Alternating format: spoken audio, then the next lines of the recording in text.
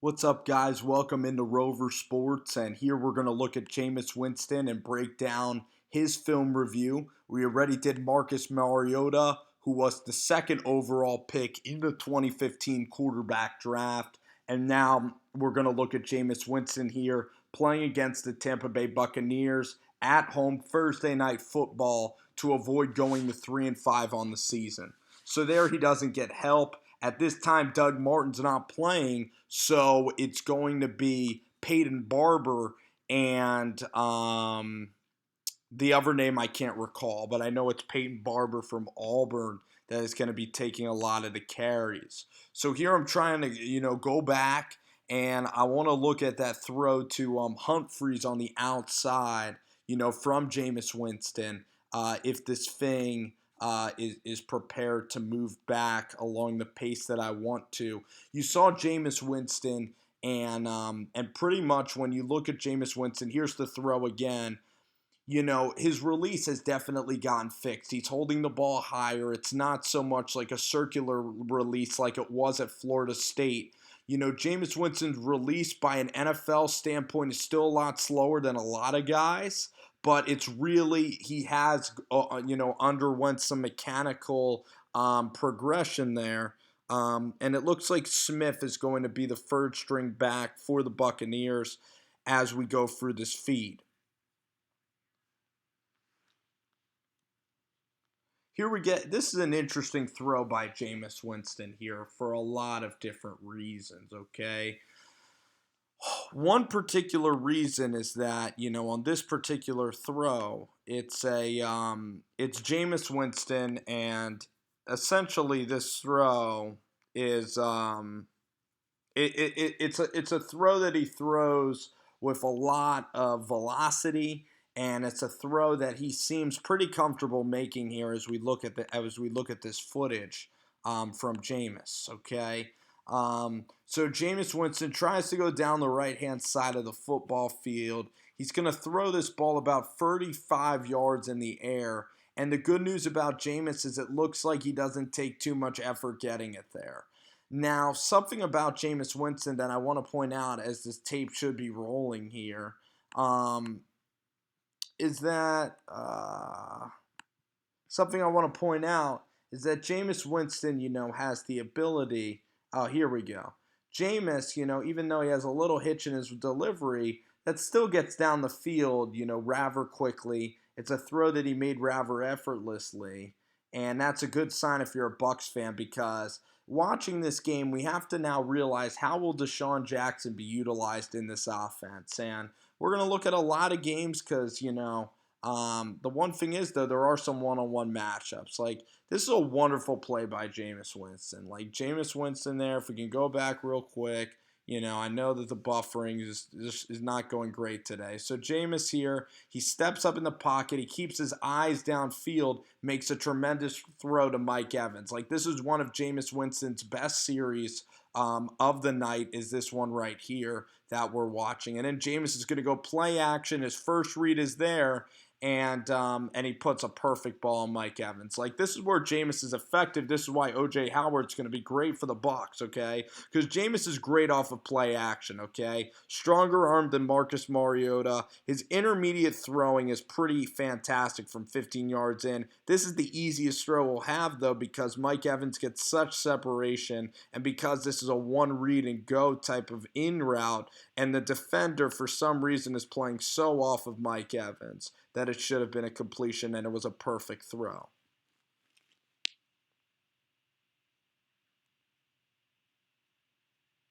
There you see them smartly. I liked what Dirk Cutter does. Dirk Cutter's the offensive coordinator. Mike Evans just dropped a pass. He's kind of feeling a little bit, his confidence might waver. Get him a touch and get him forgetting about that last drop. I like that. And then you're seeing Jameis Winston here. You're seeing him pretty much being able to dissect defenses quickly. And it's a touchdown to Brate. But, one part about this throw by Jameis is you do see some velocity. But Jameis, his weakness, Jameis Winston, and if we're to look at this play again as we go back, Jameis Winston stares down his receivers a lot.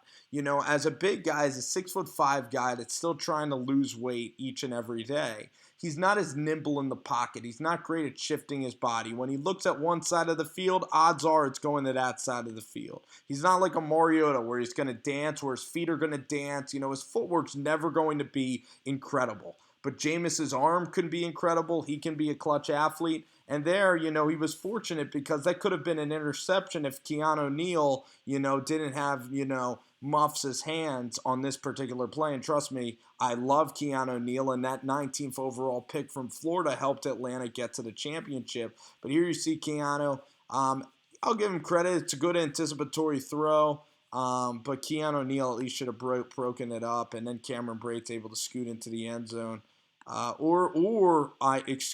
Actually, I believe that Cameron Brate was actually touched. So then you go play action, and Jameis actually hits Mike Evans. So Keanu Neal actually touched him. So then Jameis Winston now is going to go play action fake right here, and then he's going to scramble out.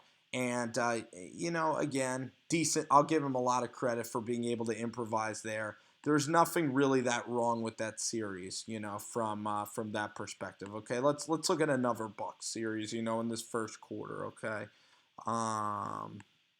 actually on this play, let's see what happened. I think we had a fumble. I think Peyton Barber, one of the guys, coughed up the ball. Let's see, Hawley, who's one of the guards for Tampa Bay, by the way, he had so many penalties in this game, it was ridiculous. Here you're going to see misdirection. Just a little bit of sloppiness from Jameis. And at the time, Dirk Cutter and this team still trying to get their stuff together.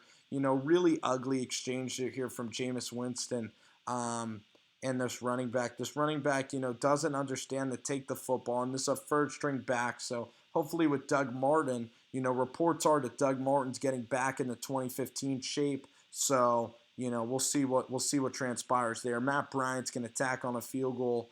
And here you're going to see the one critique I do have is Donovan Smith, I believe, might be, I think he's the tackle. One critique I have, this is a good throw, is that Jameis Winston doesn't have a lot of time. Like, we're going to watch some of this game, and the offensive line, they do a nice job here. And there you see Jameis, like, he did have a day and a half to throw the ball. And even here, Jameis, just look at him, his footwork, just look at his feet and his eyes, when you're watching a Jameis Winston. When Jameis is set, when the primary guy's open, he could look better than anybody in the league. But in terms of him, moving his eyes quickly, that's still relatively slow reaction time compared to, NFL quarterbacks. So we're going to get a little bit of a penalty. And we're going to keep things rolling. First half of Jameis Winston. Winston gets tipped. 3rd and 7. Shows off some athleticism here. So I'll give him some credit. Give Jameis credit right here. A little bit of a hold there by maybe Donovan Smith. But Jameis is able to scamper out, run real well, get a first down. And good alert play by Jameis here. This is when the game's going very, very well for the Bucs.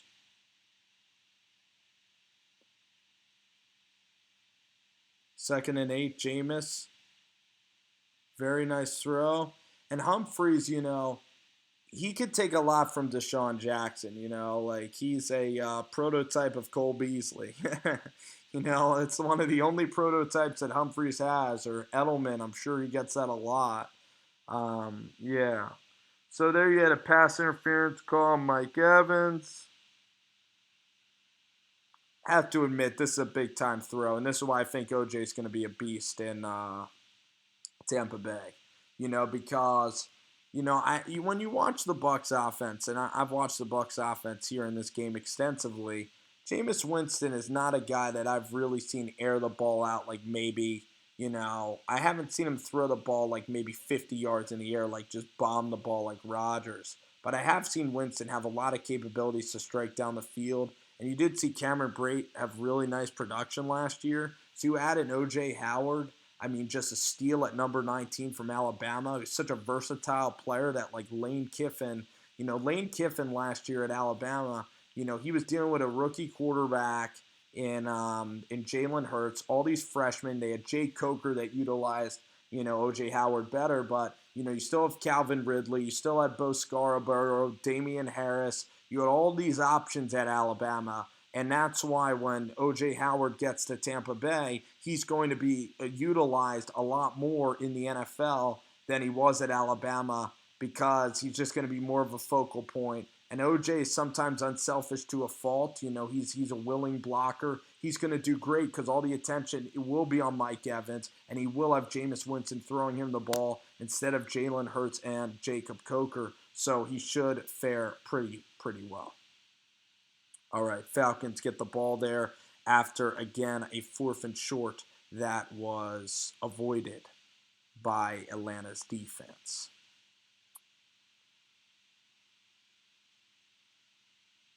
13-7 ball game at this point.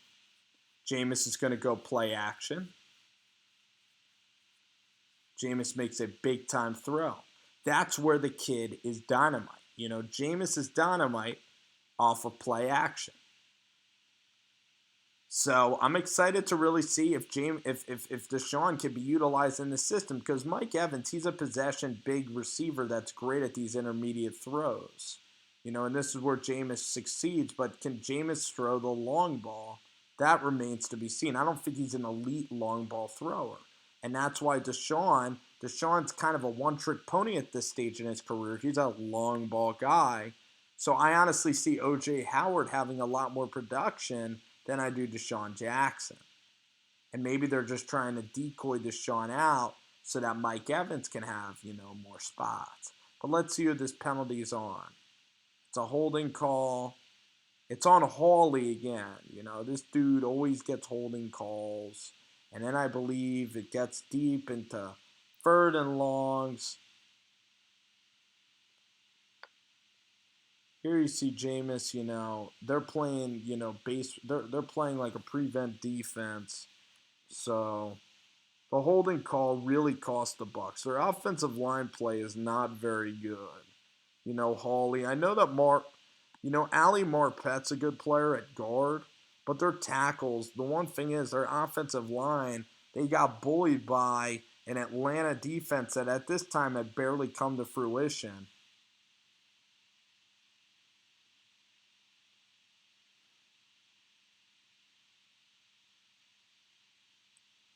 Here you're going to see Jameis get outside the pocket, and this just shows you how unbelievable Mike Evans is. I mean, Jameis, very nice throw, though. But again, that's just kind of throwing it up to the big guy. And I like that because that's an aggressive call, aggressive offense. I want to see Jameis be a little more decisive, like watching Matt Ryan in this game. Matt Ryan was incredibly decisive with the ball. And I want to see if Jameis can kind of be the same thing. And it's tough for him to be decisive when Mike Evans is one of your only wide receivers, and when your offensive line is porous at best.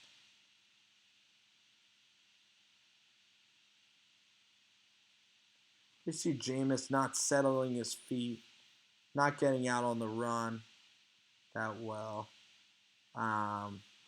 We're still rolling here on the tape on Rover Sports, the actual show. And then Jameis is going to get sacked a couple of times back here. Let's watch this. 3rd and 7. And the guards just kind of break down. And Jameis is pissed. In fact, one of the guards, I think Hawley, might have been taken out of the game because he was playing so horribly. Again, this offensive line got dominated in this game by the Atlanta Falcons. And this is why I'm worried about Deshaun Jackson's production. Because how the heck are you going to get him the ball if you can't protect?